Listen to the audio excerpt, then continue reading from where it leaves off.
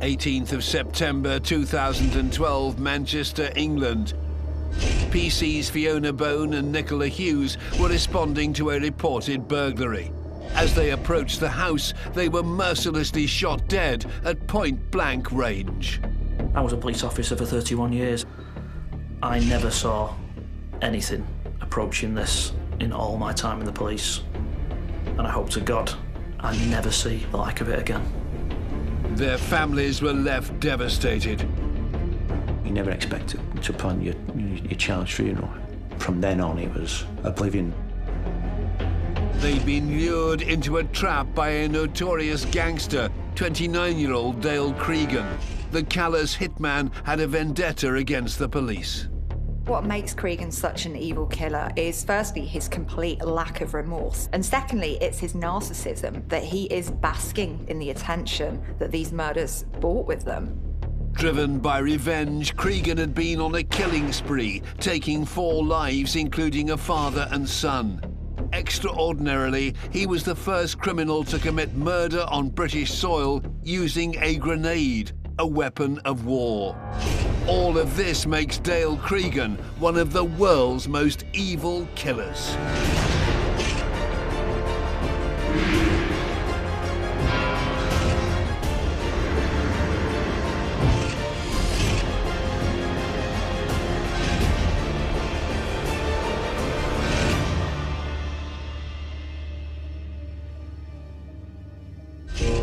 The 25th of September 2012, Manchester in the north of England.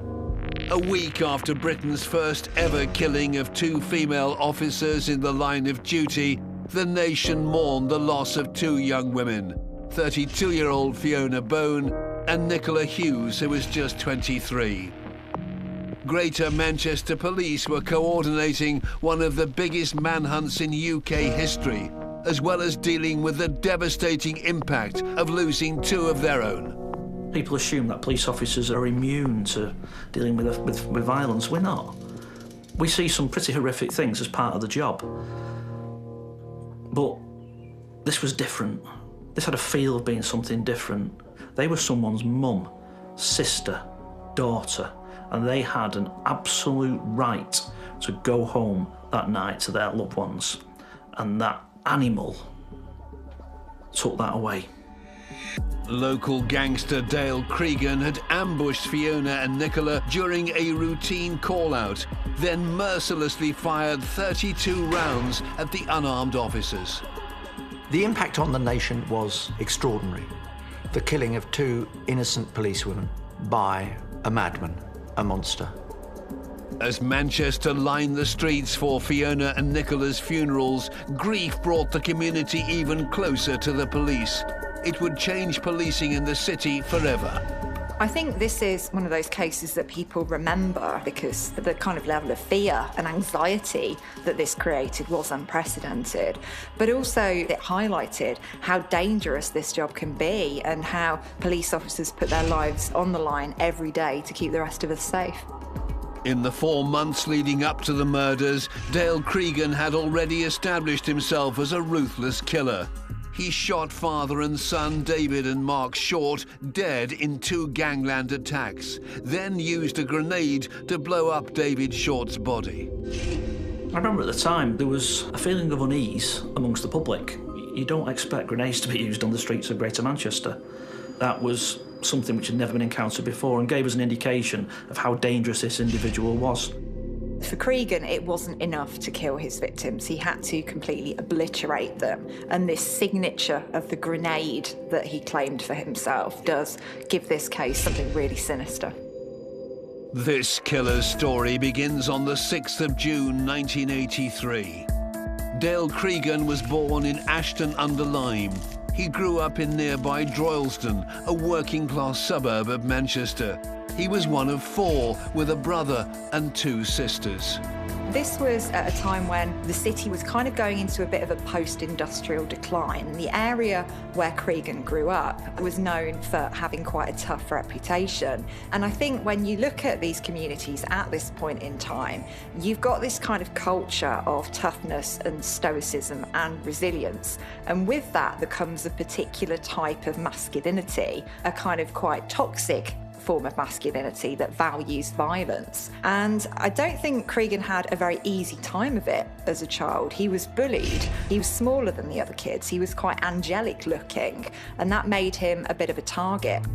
At school, Cregan struggled academically.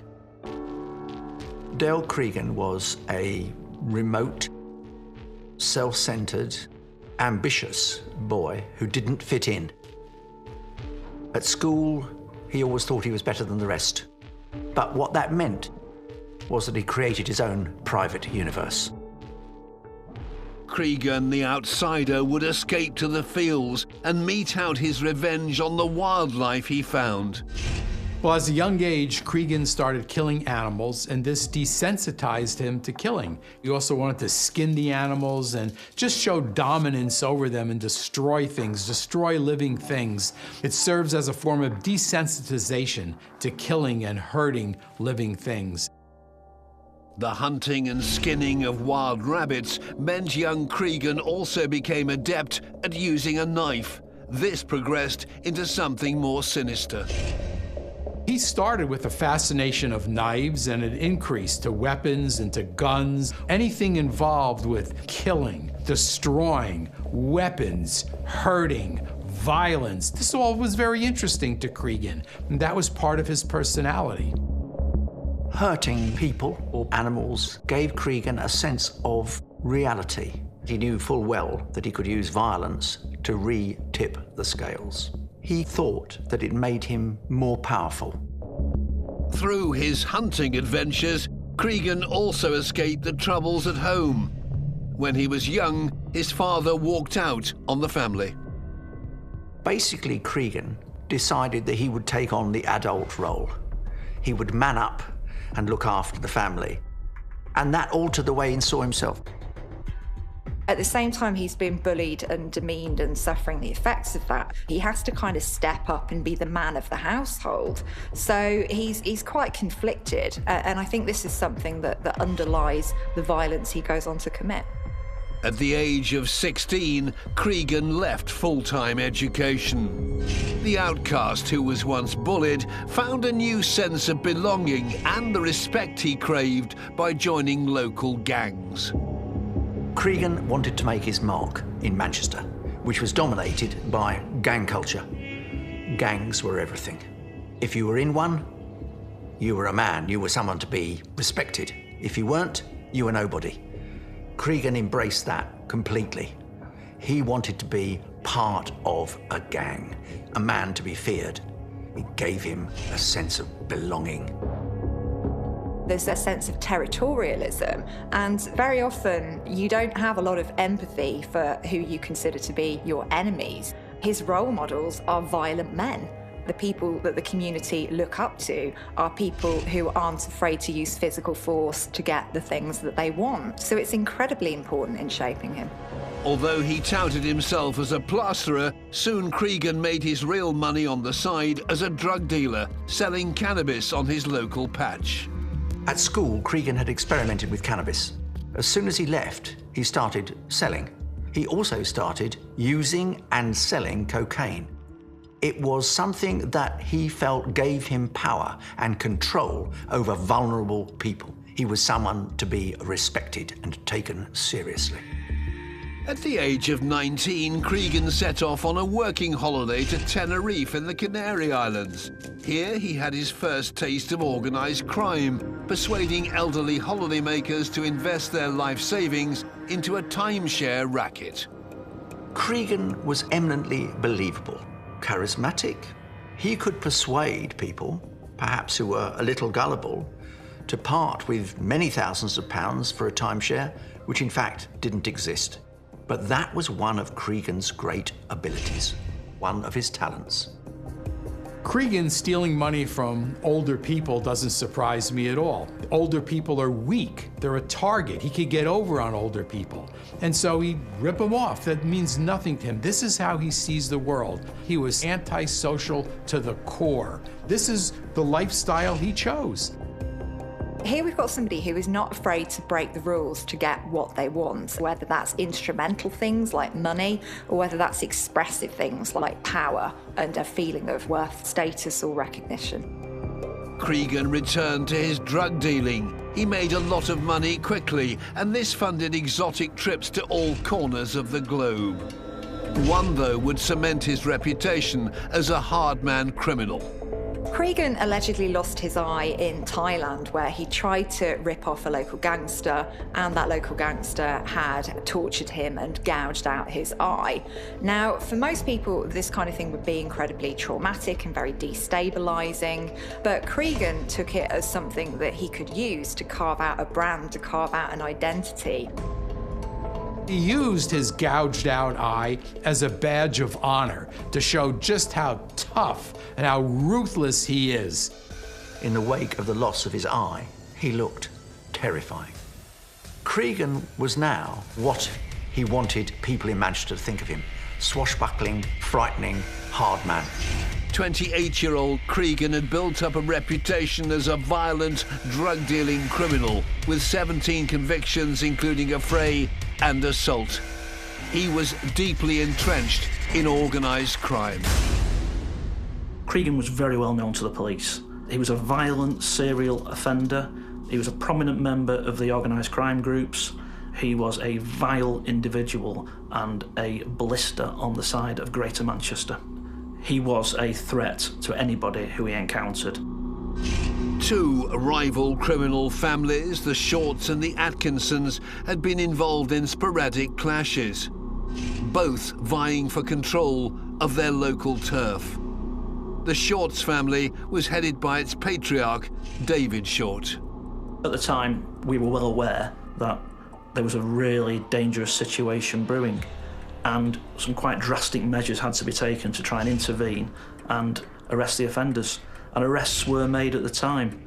But we work in a criminal justice system as checks and balances, and it's very, very difficult to take people off the streets.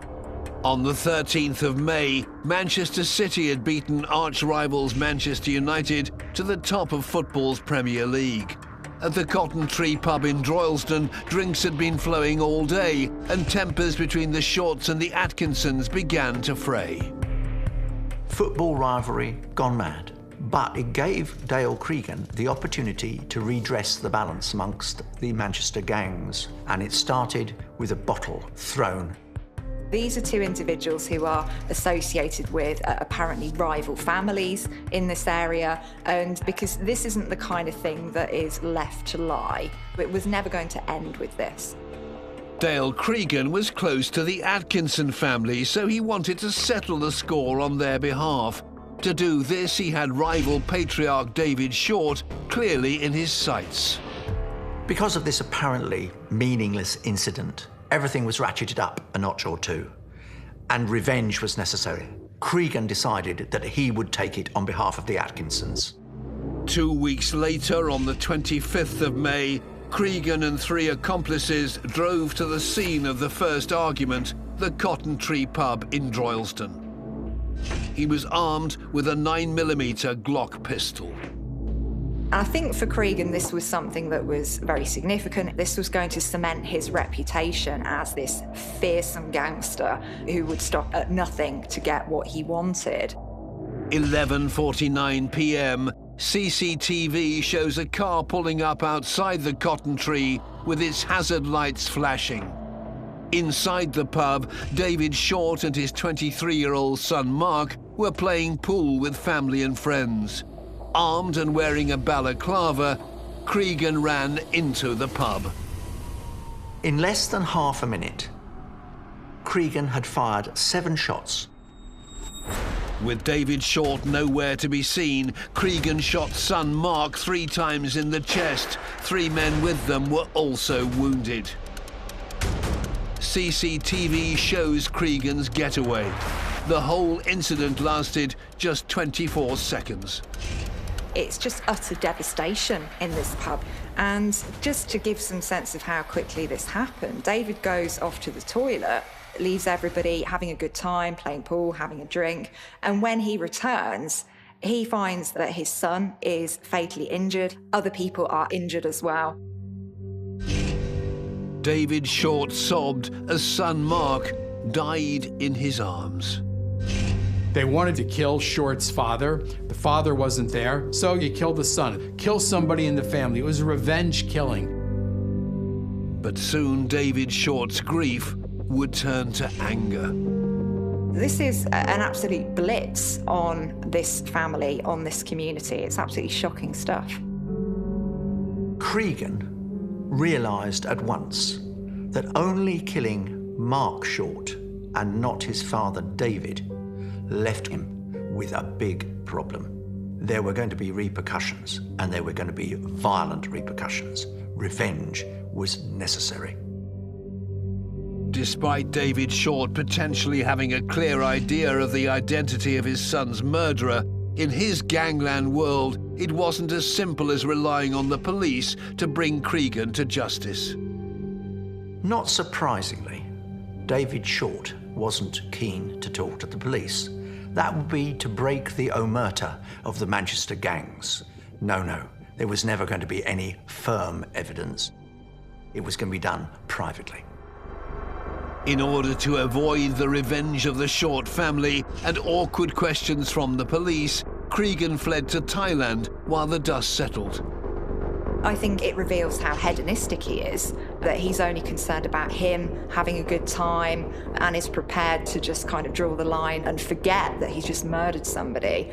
But also, I think he would have feared for his own life at this point and feared that retaliation. So he needed that distance to figure out what he was going to do next. When Cregan flew back into Manchester on the 12th of June, the police were waiting for him at the airport. He was arrested and taken in for questioning, but lack of evidence made their job extremely difficult.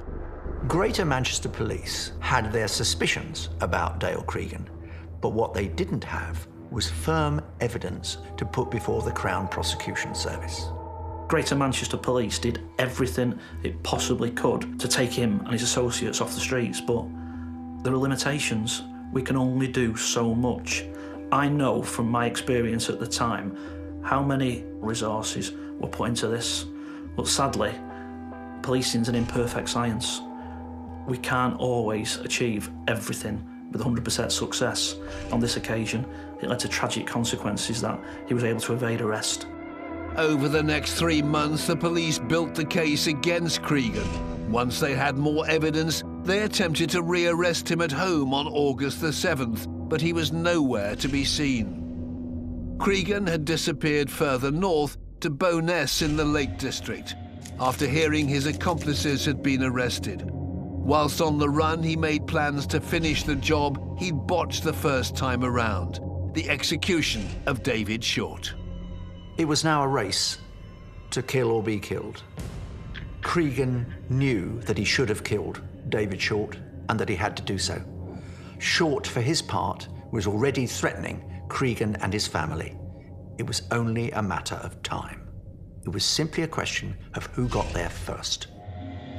In order to plan his next move, Cregan familiarised himself with 46-year-old David Short's movements. The grieving father visited his son's grave at Droylsden Cemetery every day. This was the opportunity Cregan had been looking for. I don't think that bothered Cregan at all, that Short was at a gravesite mourning his son. That didn't bother him. His job was to kill him, and so kill him. That's it. Wait till he goes to the grave. He's going to be unarmed, by himself, out in the open. Kill him there. In Cregan's mind, that was a good idea. It was a good way to accomplish the goal. On the 10th of August, Cregan and another violent criminal acquaintance, Anthony Wilkinson, waited at the cemetery for David to arrive. On this occasion, however, David broke his routine. When their target didn't appear, Cregan and Wilkinson were driven by another accomplice in a rental van to David's house just over a mile away. Here they lay in wait for their moment. Before long, it came. On this particular day, David was going to have a family barbecue. He was carrying some chrome furniture through from the car into the house, and he was chatting with his neighbours. Everything appeared to be normal. And he leaves the front door open as he's taking things in from the car. Now, Cregan and his associates seize this opportunity. They very quickly exit the van and run into the house after David. Cregan and his sidekick Wilkinson shot David multiple times. As they cornered him in an alleyway, Cregan delivered 3 final bullets to the head at point-blank range.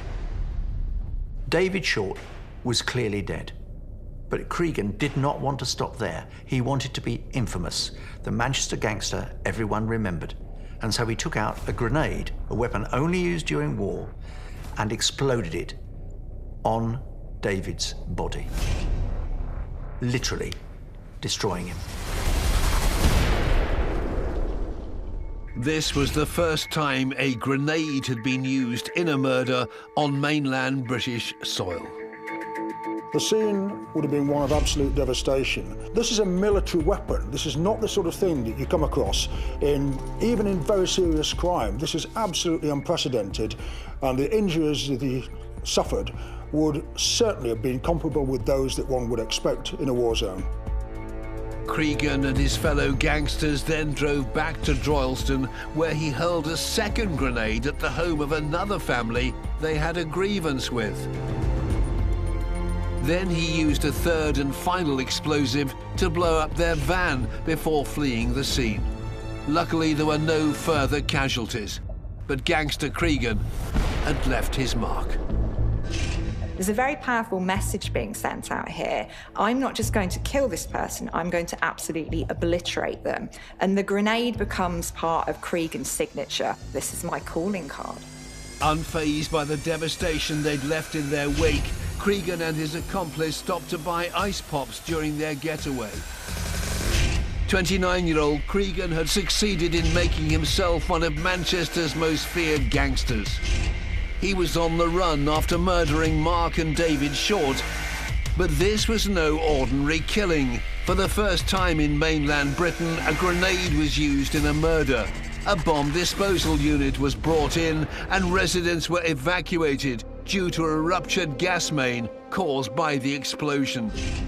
In response, Greater Manchester Police launched Operation Dakar to hunt Cregan down. Greater Manchester Police threw absolutely everything that we had in the search for Cregan. He was the #1 wanted individual in Greater Manchester, if not the whole of the UK. We knew he was a very dangerous individual. The use of hand grenades in crime is almost unprecedented. They are totally indiscriminate and will cause serious and significant injury to anybody who's within quite a few yards. So to use a weapon like this shows a total disregard for human life and for the concerns of anybody else who might be in the vicinity. It wasn't only his vendetta against the Short family that made Cregan the prime suspect. Forensics work on the half-destroyed van he left near the scene found fingerprints belonging to the killer and his accomplices. Now, the police had a clear target and forensic evidence to back it up, which put Dale Cregan firmly in the frame. The police also found Cregan's DNA and saliva on an ice pop wrapper left in their abandoned getaway car. Here too they discovered Cregan's fingerprints all over the inside of the Ford Fiesta, together with empty ammunition cases and the gun magazine. All evidence was pointing towards the one-eyed gangster. It was obviously incredibly important to put Cregan behind bars. We knew that this feud was escalating out of all proportion, and at the time, we didn't know where it was going to end. 14 armed response vehicles were patrolling Manchester at any one time.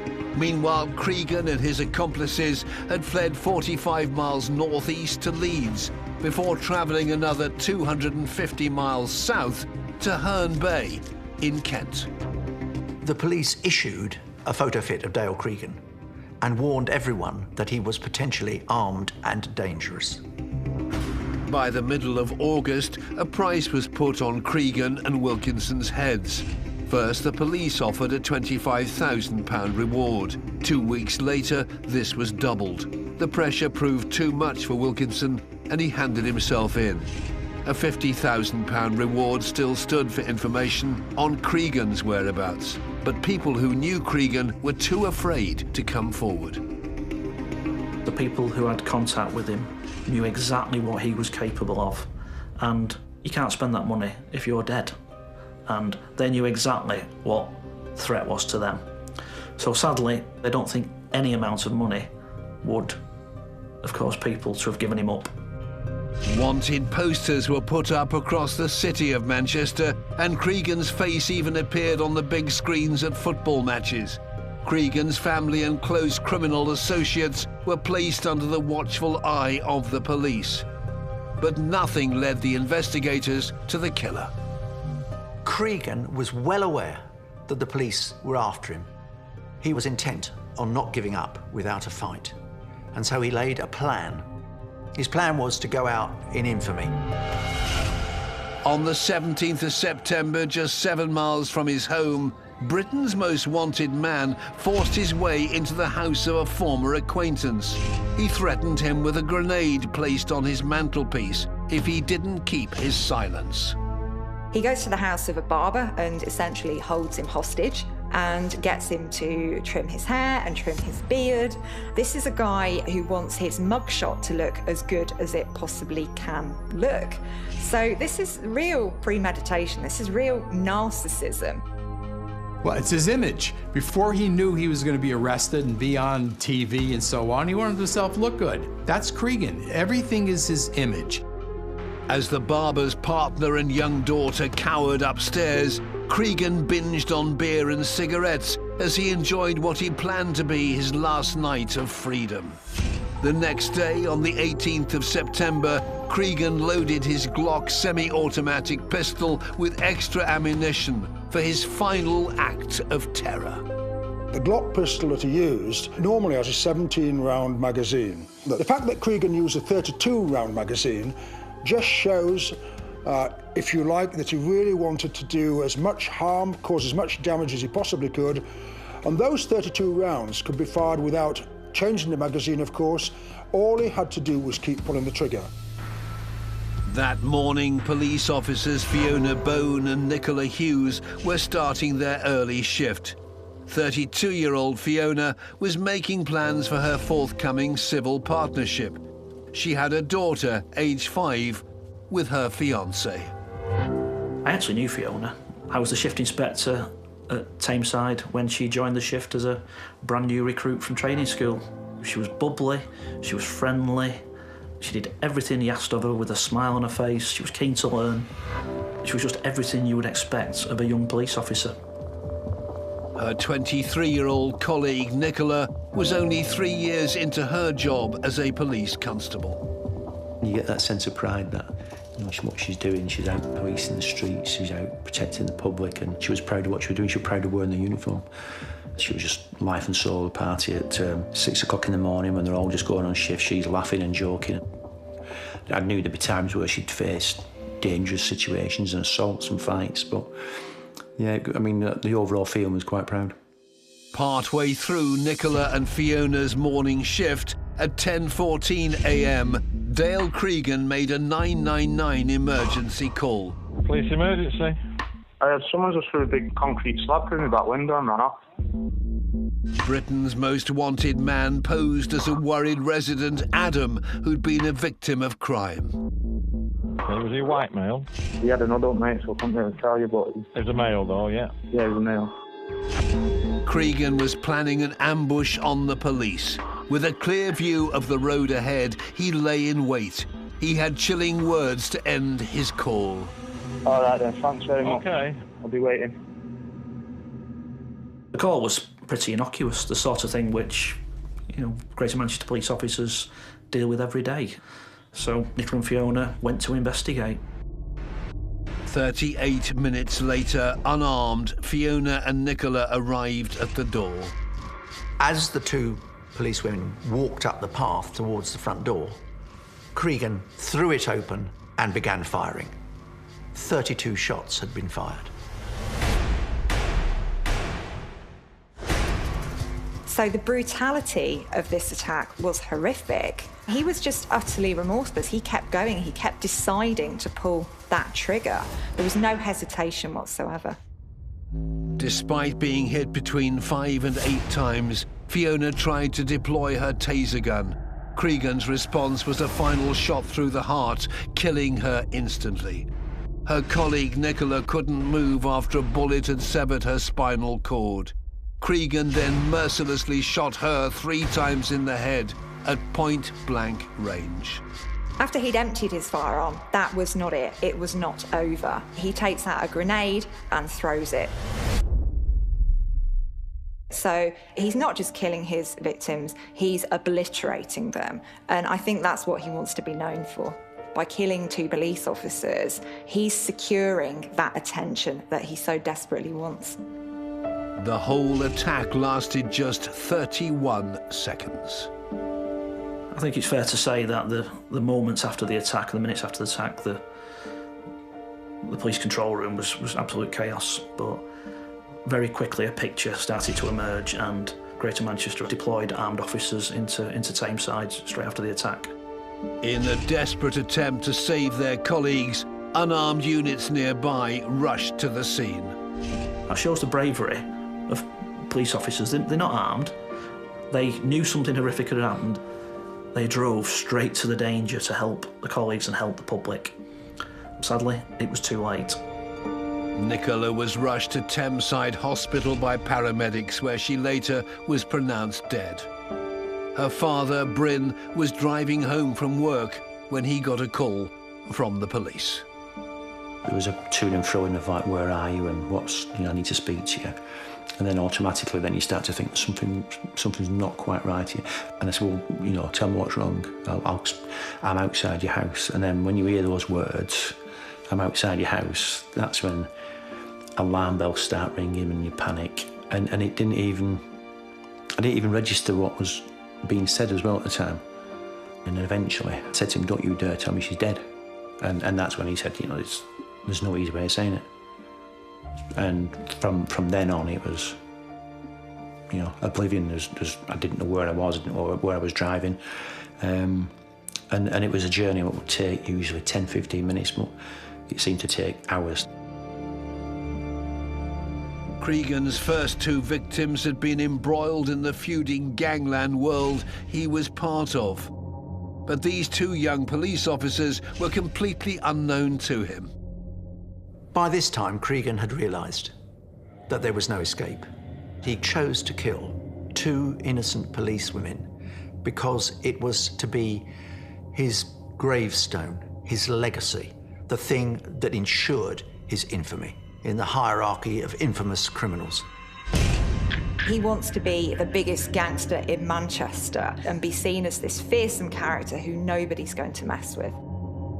On this day, we saw the worst that any police force can ever experience. 2 innocent young officers murdered. As Greater Manchester Police was learning the devastating truth about their fallen comrades, Dale Cregan had already decided on his next move. He lured unarmed, unprotected young officers to the door of that house and murdered them in cold blood. He then went to the police station and handed himself in, because in his pathetic mind, he thought that the colleagues may shoot him. The reason he's doing this is firstly to stay in control, because for Cregan, being in control, being the director of his own gangster movie is very important to him. But there's also an element of fear here. He does not want to die. He does not want to be killed. And I think he's actually afraid of being killed in a police shootout. He thinks they're not going to show him very much mercy because he's just cold-bloodedly murdered 2 of their officers. So he's in self-preservation mode at this time. Seeing 2 of their own killed in the line of duty sent shockwaves throughout Greater Manchester Police. Walking into that police station, I'll never forget it. The faces, people had a 1,000-yard stare. Nobody could believe that You come on work and this happens. Fiona was planning a wedding in a break time and then she wasn't there.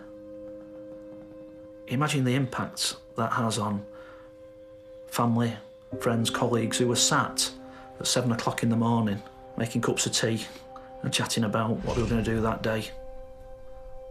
It just beggars belief that they were put through that. And they came back to work and policed the streets of Greater Manchester. And what a fantastic tribute that is to their memory, that they kept going. They were professional, committed, just like Nicola and Fiona. Cregan, however, seemed to revel in his killings. In custody, he told the police it was revenge for hounding his family whilst on the run. He only seemed to have one regret. Cregan says, I'm sorry that they weren't men. He wants to be this kind of old school style gangster who doesn't hurt women and children. Because killing two female is not as high status in Cregan's mind than to killing two male. That really doesn't fit in with the image that he wants to project to everybody else. If you took his image away from him, what do you have left with Cregan? Nothing. There's nothing there. There's this total nothingness, inadequacy in every respect. He feels so weak and inadequate, and that's why he has to demonstrate what a powerful force he is. The city of Manchester was united in grief for the fallen officers. A week after Nicola's murder, her father Bryn attended a vigil arranged by the local community for his daughter and her colleague Fiona. And you got that sense of shock and outrage and grief from the community. The police, they deal with murders day in, day out, but not their own. So I think for them as well, it was a massive shock, massive outpouring of grief from, not just Greater Manchester Police, but every police force in the country. There was a bond created between Greater Manchester Police and its communities. They came together, and I'll never forget that. This Manchester spirit was truly brought out 2 weeks later on the 3rd of October, the day of Nicola Hughes' funeral. I'll never forget standing at the bottom of Market Street, and it was like a Derby Day football game. People were pouring down Market Street, wearing black ties. It was absolutely humbling. I heard a story about a group of officers having done a full night shift and drove to Manchester to stand with their colleagues. That was incredible. Shops closed, banks closed, Manchester came out. It was incredible. When Nicola's father, Bryn, arrived, he saw thousands of well-wishers lining the streets on the route to Manchester Cathedral. At the back of your mind, you think, I don't want to be here, I don't want to do this. It was like a huge tunnel of faces, and you recognise some, and there's people crying and there's people clapping, and I think you soak that up. It's like an energy, but it helps you get through the day. Fiona's funeral followed the next day on the 4th of October. Again, Manchester paid its respects. 4 months later, on the 4th of February 2013, serial killer Dale Cregan finally faced justice. 120 armed police officers were used to ferry Britain's most wanted killer from Strangeways Prison to Preston Crown Court each day. This was one of the biggest trials in recent times, certainly in the northwest of England, if not the country. And Cregan had to be housed securely and taken to court every day. And there was a massive security operation. Armed police were placed on the roofs surrounding the court building so that nothing was left to chance. 9 other accomplices also faced trial on charges of murder and attempted murder. Despite confessing to his murders, Cregan opted to plead not guilty on all counts. That animal forced the family and colleagues to go through a trial. The judge commented on how he tried to manipulate proceedings for his own amusement. He had no remorse. He was a monster. Cregan, horrifying though it may sound, wanted to bask in his own infamy. He wanted no one ever to forget the one-eyed Manchester gangster. He was characteristically arrogant, tried to feign disinterest. To use an old-fashioned phrase, he was trying to play to the gallery as well to some extent. But I think everybody in that room knew exactly what kind of person he was. In a final act of manipulation from the dock, Cregan decided to change his pleas during the 18-week trial, pleading guilty to all 4 murders. On the 13th of June 2013, it was game over for Dale Cregan when he was given a whole life sentence. 5 of his criminal accomplices were each sentenced to between 7 and 35 years in prison. Cregan was one of very few people to receive a whole life order for 4 murders, so he will never be released from prison. He'll never have the chance for parole. And these sentences are reserved for the most serious violent offenders who've done the most harm and are perhaps the least likely to be rehabilitated. So this is very, very serious indeed. For relatives and colleagues of his victims, they finally saw justice. I mean, obviously we knew you can't commit 4 murders and not get a whole life tariff. To hear the judge actually say it, that's the big relief. And I think it's the relief that it's finally over. And they did finally got justice for what had happened to them. It didn't seem to take away the sense of loss, though. 2 young colleagues had been cut down in the prime. There was nothing to celebrate. I know that across Greater Manchester Police, people felt the same. There was no celebration. The murders of police officers Fiona Bone and Nicola Hughes had a lasting impact on policing the UK's 2nd largest city, Manchester. This did change policing in Greater Manchester, and I felt it almost immediately. What this did was show to everybody that police officers aren't just uniforms. These are somebody's daughters, sisters, mums. These are people who have the same problems in their lives, same stresses. It brought the communities closer to Greater Manchester Police. As for Dale Cregan, after spending 5 years in Ashworth Psychiatric Unit in Merseyside, he was sent back to Her Majesty's Prison Strangeways in Manchester, where he'll likely spend his remaining days. In his world, his pathetic world that exists in his head, he thought he was a big man. He'll die a pathetic, wizened old man in prison. What I want to do is highlight and contrast that against what Nicola and Fiona stood and still stand for, and that's decency, public service and compassion. Their names will never be forgotten. To help cope with losing Nicola, her father Bryn set up a memorial fund in her name to support children who've also lost a loved one to murder or violent crime. You're never going to forget what they've done. You're never going to forgive what they've done. But for me, I'd rather concentrate on Nicola, the memories of Nicola. Dale Cregan gunned down a father and a son, then recklessly threw grenades onto the streets, putting the public in danger as part of a petty gangland feud. He mercilessly slaughtered 2 unarmed police officers with their whole lives ahead of them. He brought terror to the streets of Manchester, making Dale Cregan one of the world's most evil killers.